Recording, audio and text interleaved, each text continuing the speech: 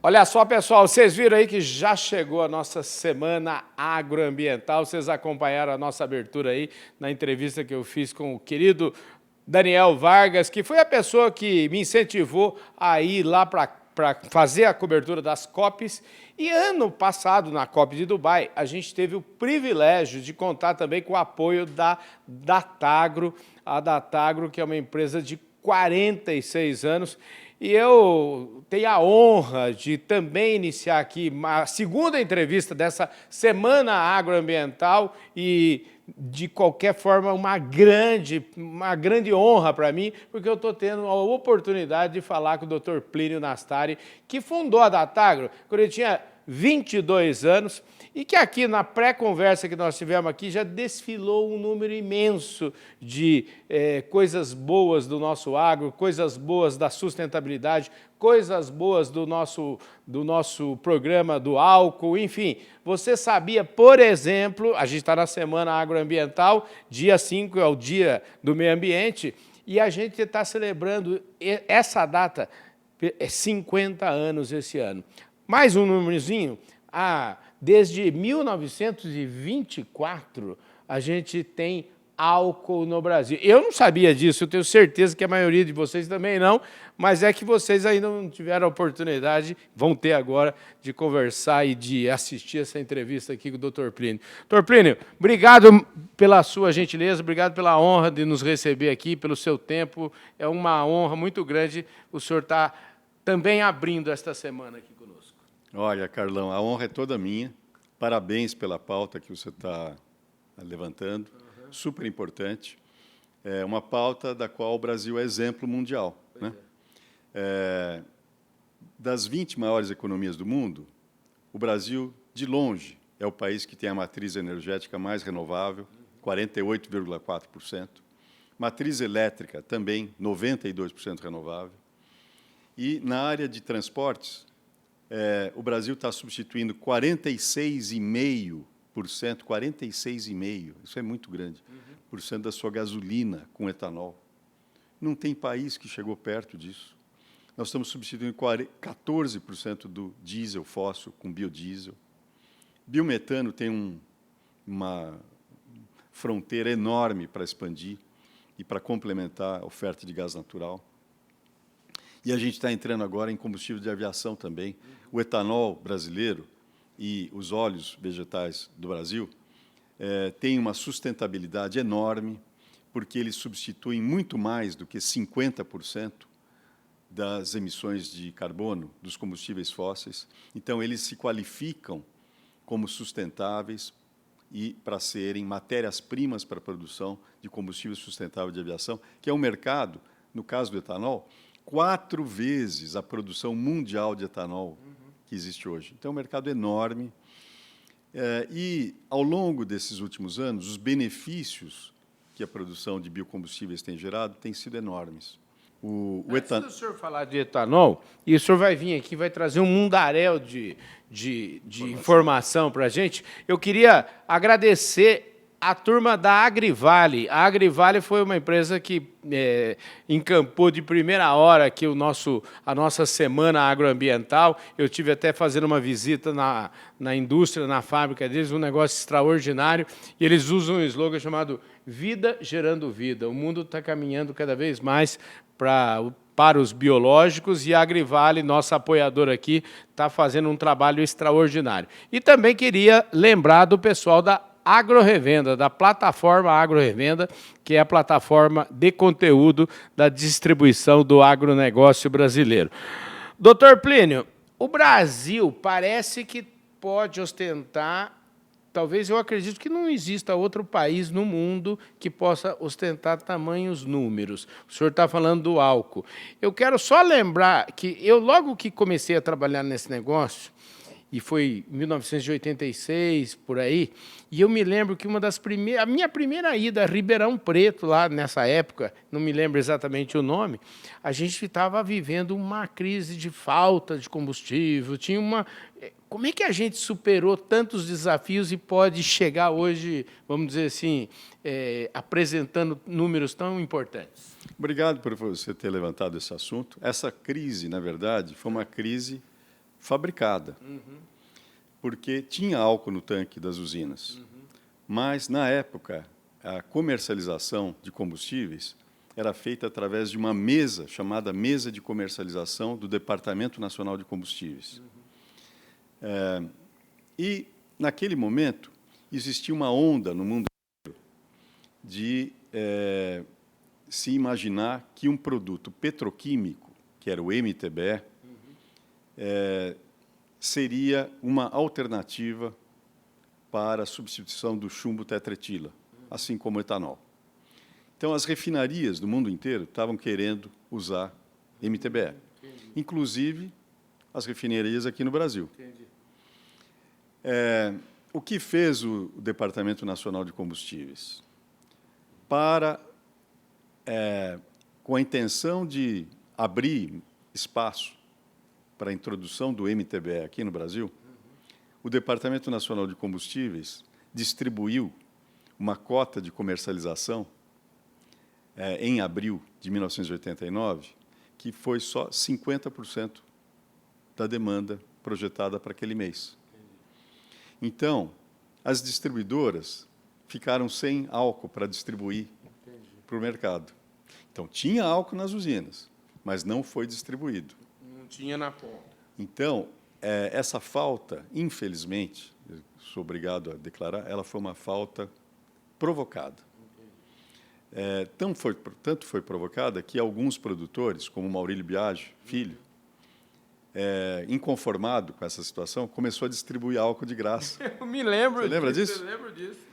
Ele falou, não, tem álcool. Tem álcool, sim. Né? Eu me lembro que eu fui, na época, a gente estava num congresso, inclusive, da Raça Nelore, ali no Hotel JP Ribeirão, e eu me lembro que aconteceu exatamente isso.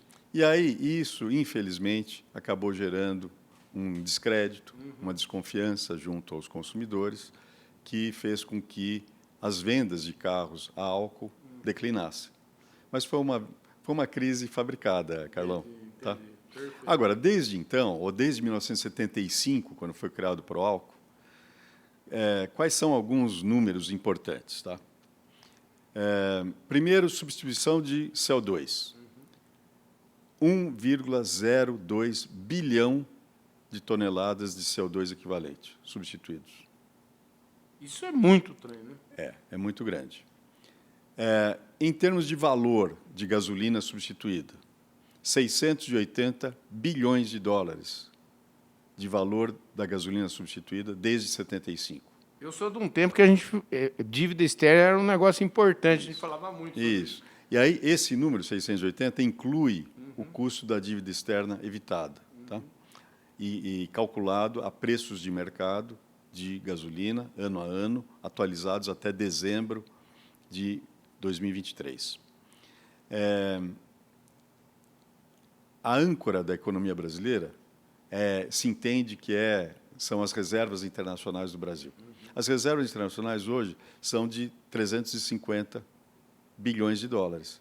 Então, o valor da gasolina que o etanol substituiu nesses 50 anos construiu o dobro, equivale a praticamente o dobro das reservas internacionais que são a âncora da nossa economia.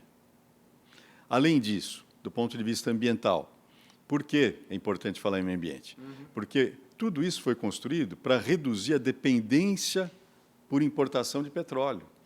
Foi uma questão estratégica de dependência energética que motivou o desenvolvimento do etanol no Brasil.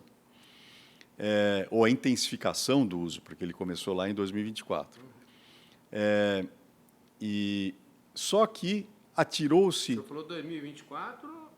1924, isso. Só que atirou-se no que viu, que era a dependência energética, e acertaram no que não estava sendo visto, que é o benefício ambiental. Então, 1 bilhão de toneladas de CO2, substituição de aromáticos cancerígenos da gasolina, com um benefício à saúde enorme. Etanol não tem enxofre, então não gera chuva ácida. Etanol permitiu o Brasil ser pioneiro na substituição do chumbo tetretila, que é uma doença cumulativa, que acumula metais pesados no cérebro e no fígado, afeta principalmente crianças. Então, tem N benefícios. à saúde, ao meio ambiente, à economia, gerando emprego de forma descentralizada dentro do interior do país. Então, isso também gera desenvolvimento sustentável. Então, no Dia do Meio Ambiente, a gente tem muito a comemorar pelo que o Brasil conseguiu fazer com etanol, está fazendo com biodiesel e vai fazer muito com biometano.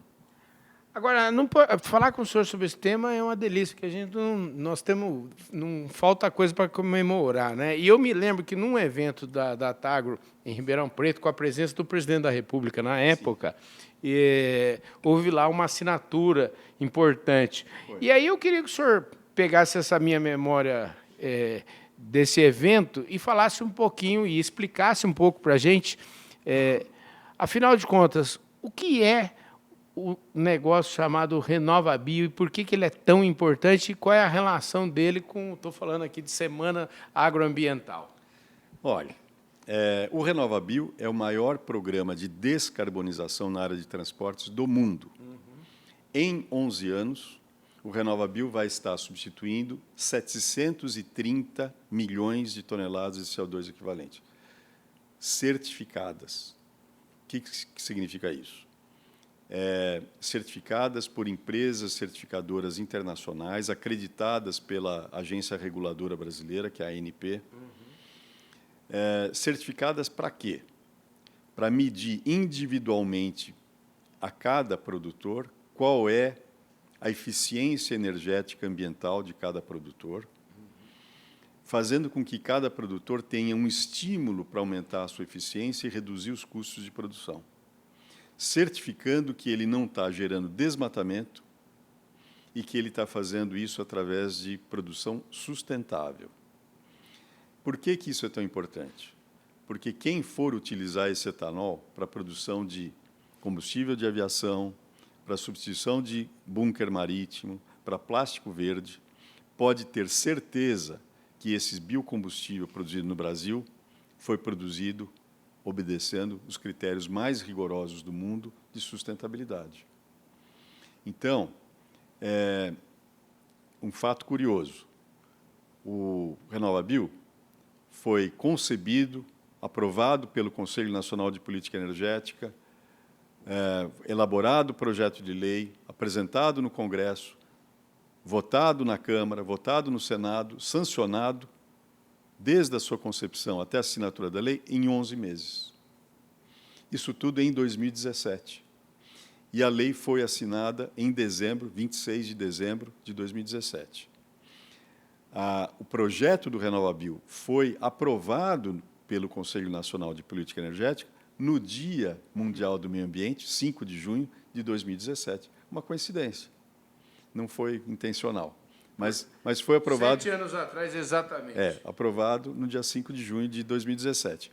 E esse evento a que você se referiu, em Ribeirão Preto, foi a conferência de abertura de safra da Datagro de 2018, em março de 2018, quando o presidente Temer e o ministro, na época, Fernando Coelho, ministro de Minas e Energia, assinaram o primeiro decreto de regulamentação do RenovaBio, lá em Ribeirão Preto, que você estava lá também, você lembra disso.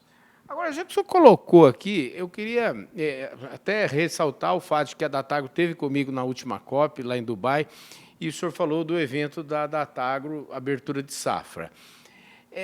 Eu vejo aqui, a gente está num lugar lindo aqui em São Paulo, gravando esse vídeo aqui para vocês acompanharem, e cheio de, enfim, de troféu, um monte de coisa para comemorar.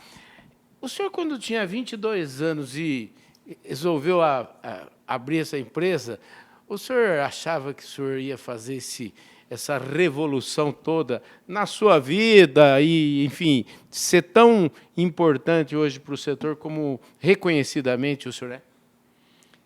Olha, eu não pretendo ser reconhecido, mas eu vou dizer para você por que eu criei a Datagro. Eu queria trabalhar nessa área. Só que essa área estava começando e eu não tinha emprego. Então, eu criei a Datagro por absoluta falta de alternativa, Carlão. Eu adoro isso dos meus convidados aqui, porque são pessoas que absolutamente transparentes. Isso é muito interessante, doutor Pedro. Mas a necessidade faz o homem, essa Claro, é a verdade. claro. É você acordar cedo, com vontade de trabalhar, e com ética e com vontade de ajudar, né? Sim. E fazer alguma coisa relevante. De lá para cá, hoje, o que o senhor ressaltaria hoje? O que é importante para o senhor? Até se o senhor pudesse dar um overview, o que é hoje a Datagro?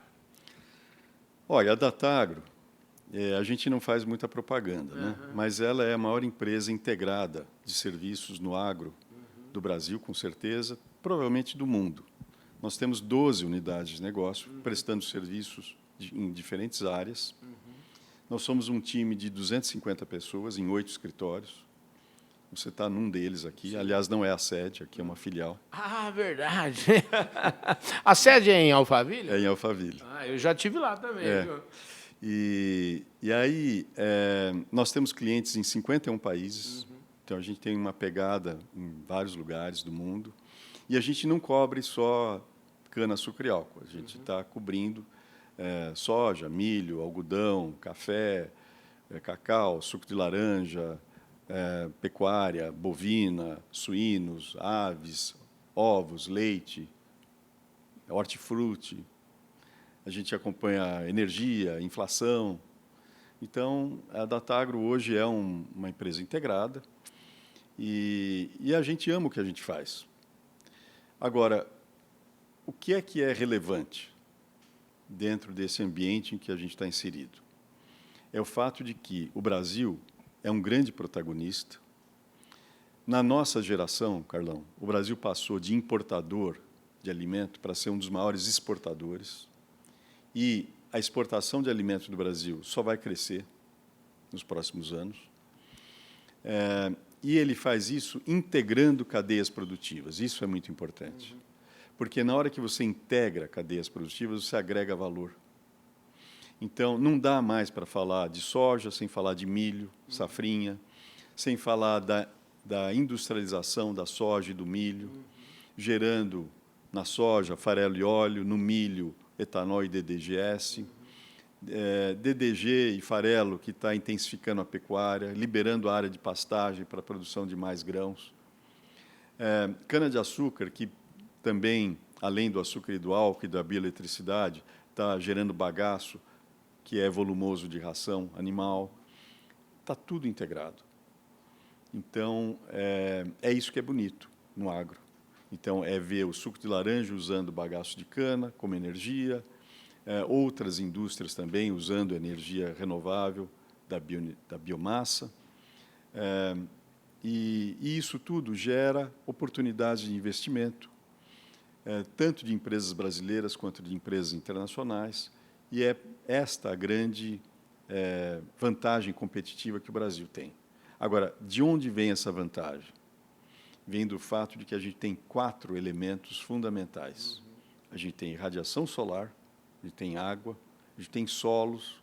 Os nossos solos, você sabe, não são tão magníficos assim. Não é assim, se plantando tudo dá, né? Mas, com tecnologia, dá para consertar solo. Mas, mais importante, a gente tem gente. A gente tem gente disposta, organizada, com capacidade de organização para usar esses recursos e produzir de forma eficiente. Então, tem muito país que não tem radiação solar, outros países que não têm água, outros que não têm solo, e tem muitos que não têm gente. Nós temos as 4 coisas. Rapaz, que maravilha. Doutor, para a gente, tem a gente que esteve nas COPs e a gente vê aquele mundaréu de jatos chegando lá, tem um monte de crítica de gente que só anda... os jatos são, talvez, aquilo que mais contribui aí com o negócio de efeito estufa, ou, enfim, eu queria que o senhor... Eu só estou, na verdade, colocando um monte de coisas que falam lá, e eu aqui, toda a minha infinita, vamos dizer assim, eu não sei nada desse tema, mas estou diante de uma pessoa que sabe tudo disso. Então, sobre essa história do combustível de aviação, o SAF, me parece que a gente está diante, pelo que eu escutei, diante de uma outra grande oportunidade para o nosso agro, para o agro brasileiro. Queria que o senhor falasse um pouquinho qual é a verdade disso e qual é o desafio que a gente tem para se transformar nisso. Olha, em primeiro lugar, a emissão do setor aéreo, dentro do contexto de emissão global, é 3%. Então, não é a maior emissão. Entendi. Mas o setor de aviação, para descarbonizar, não tem muito outra alternativa se não usar o SAF, que é o combustível sustentável de aviação. E o SAF, que é também, em português, bioquerosene de aviação, ele pode ser produzido através de óleos e gorduras vegetais, principalmente óleo usado de cozinha, sebo, e pode usar a tecnologia chamada álcool to jet, que é a transformação de etanol em bioquerosene de aviação. Como eu disse antes, essas matérias-primas todas, elas precisam ser consideradas sustentáveis e, idealmente, certificadas. Daí a importância do Brasil como fornecedor de matéria-prima para essa indústria. Agora, nós estamos falando de projetos, cada planta dessas é investimento de 1 a 1,5 bilhão de dólar. Então, são grandes projetos. E, a partir de 2027, 77 países precisam cumprir as metas de neutralização da emissão do setor aéreo. Então, não tem alternativa. Vai ter que fazer. Agora, qual que é o tamanho desse mercado? Hoje, o mundo produz, em etanol, 89 milhões de toneladas. O mercado de SAF, só o de SAF, representa uma demanda adicional de etanol de 360 milhões de toneladas. É 4 vezes a produção mundial hoje, até 2050. Agora, não é só esse mercado. Tem a substituição de bunker marítimo, que são mais de 225 milhões de toneladas. Tem a reforma do etanol para gerar hidrogênio, são mais de 200 milhões de toneladas. Tem o plástico verde, mais 25 milhões de toneladas. Você soma isso tudo, dá 810 milhões de toneladas para uma produção que hoje é 89. Então, existe um senso de urgência no mundo inteiro. Quem tem urgência? As principais nações do mundo, que assinaram uma declaração de visão em relação a esse assunto, a Agência Internacional de Energia e a Agência Internacional de Energias Renováveis, IRENA. Existe um senso de urgência no mundo de que tem que aumentar a produção de biocombustível, mas precisa fazer isso de forma sustentável, sem derrubar a floresta, idealmente de forma certificada, como o Brasil conseguiu fazer com o RenovaBio. Então, é por isso que o Brasil tem esse protagonismo. O Brasil já faz muita coisa em substituição de gasolina, 46,5%, e vai continuar expandindo. Está criando instrumentos regulatórios muito modernos, o programa Mover, de estímulo à eficiência na indústria automobilística, o projeto de lei combustível do futuro, também que cria metas importantes, o programa de aceleração da transição energética e o RenovaBio. Todo esse arcabouço dando suporte a esse desenvolvimento, comemorando o Dia Mundial do Meio Ambiente e o Brasil dando a sua contribuição efetiva para descarbonizar e mitigar mudança climática.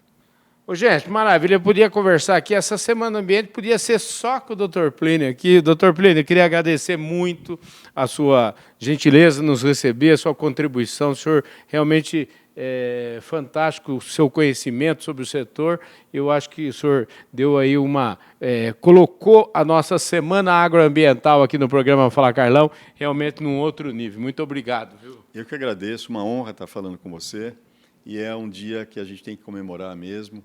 E parabéns por você estar marcando essa semana de forma tão bonita e tão eficaz como você sempre faz. Maravilha, gente. É isso aí. Eu conversei com o Dr. Plínio Nastari. Hora de agradecer novamente a Agrivale, Vida Gerando Vida. Muito obrigado, Agrivale, por nos apoiar aqui na Semana Agroambiental. E agradecer também ao pessoal da Plataforma Agro Revenda. E lembrando que a gente, ao longo da semana, nós vamos cobrir também o Fórum Absolo lá em Campinas, que acontece agora na quarta e na quinta-feira. Estaremos juntos lá, transmitindo o nosso programa. Fala, Carlão. Semana Agroambiental, direto lá do pessoal da Absolo, que também é nossa apoiadora por aqui. Muito obrigado pela sua audiência. A gente com certeza se vê amanhã, na sequência da Semana Agroambiental.